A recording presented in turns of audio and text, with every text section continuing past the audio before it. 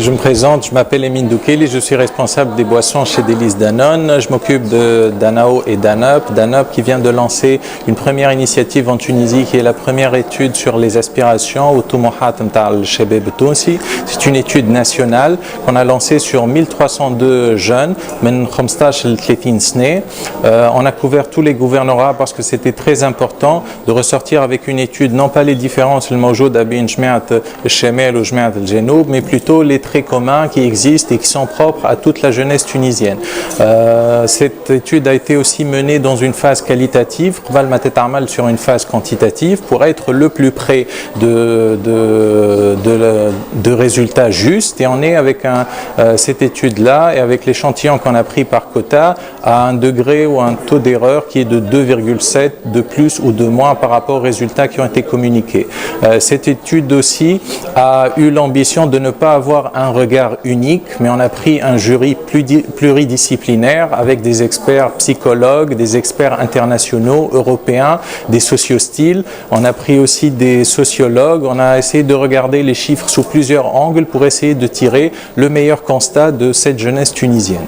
Les jeunes sont, بالنسبة لدانوب, معناتها quelque part une source d'inspiration. C'est pour ça que c'était important بالنسبة لنا احنا de dépasser un peu les clichés, parce qu'il y a beaucoup de clichés marboutines les jeunes. Il n'y a jamais eu d'étude qui a été menée avec ce degré de profondeur pour bien connaître ce que pensent les jeunes et leur rôle un peu dans la société. Et c'était important pour nous de bien cerner la démarche et comprendre comment les jeunes et ce qu'ils peuvent apporter à cette société. Dans la démarche aussi, nous avons voulu quelque part, puisque ça renvoie toujours à la même chose, il y a beaucoup de bien aussi dans les jeunes tunisiens. On a lancé une initiative qui est Hafala Tibda Bfekra. On pense soutenir 5 projets à objectif d'égayer le quotidien des Tunisiens qui seront initiés et soutenus par la marque pour voir la réalisation de beaux projets communautaires qui à la fin renvoient vers aussi une part de fierté et d'engagement de ces jeunes au bien-être sociétal et à la Tunisie. Les grands chiffres sont... on a eu des chiffres qui sont encourageants, comme des chiffres qui sont moins encourageants. Ça a des défis majeurs à laquelle la jeunesse fait face.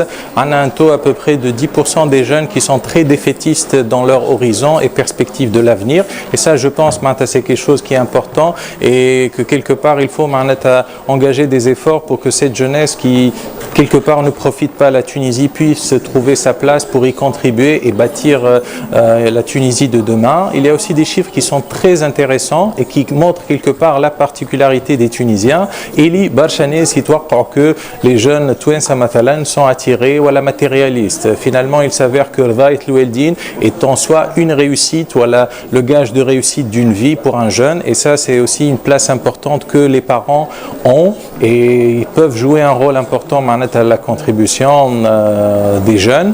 Et il y a aussi des chiffres d'engagement qui sont très encourageants. On a sorti un chiffre, il y a le nombre de personnes qui ont été engagées dans des associations et on trouve que 50,15% des jeunes ont déjà essayé d'être dans une association et l'expérience leur a plu. Et par rapport à leur perspective d'expérience nouvelle fait l'associatif ou à l'entrepreneuriat, on voit que l'humanitaire est en bonne place, comme l'environnement. Il y a beaucoup de bien dans cette jeunesse et cette étude contient beaucoup d'informations très intéressantes sur les jeunes que je vous invite à consulter, à lire plus en profondeur.